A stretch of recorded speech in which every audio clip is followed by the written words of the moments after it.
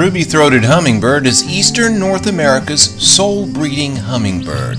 These brilliant, tiny, precision-flying creatures glitter like jewels in the full sun, then vanish with a zip toward the next nectar source. Feeders and flower gardens are great ways to attract these birds, and some people turn their yards into buzzing clouds of hummingbirds each summer. Enjoy them while they're around. By early fall, they're bound for Central America, with many crossing the Gulf of Mexico in a single flight.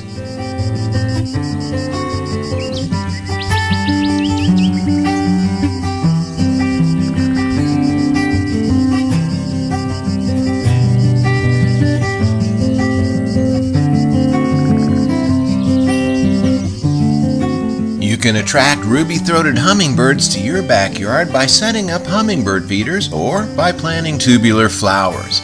Make sugar water mixtures with about 1/4 cup of sugar per cup of water. Food coloring is unnecessary and table sugar is the best choice. Change the water before it grows cloudy or discolored, and remember that during hot weather, sugar water ferments rapidly to produce alcohol.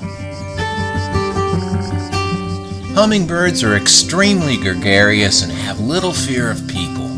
Put out your feeders in early spring and don't hesitate to place them close to your deck or patio.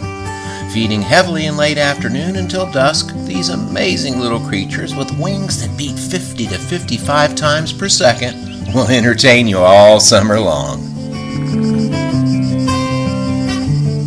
Ruby throats fly straight and fast but can stop instantly, hover, and adjust their position up, down, backwards, and even upside down with exquisite control. They often visit hummingbird feeders and tube-shaped flowers and defend these food sources against others. You may also see them plucking tiny insects from the air or from spider webs.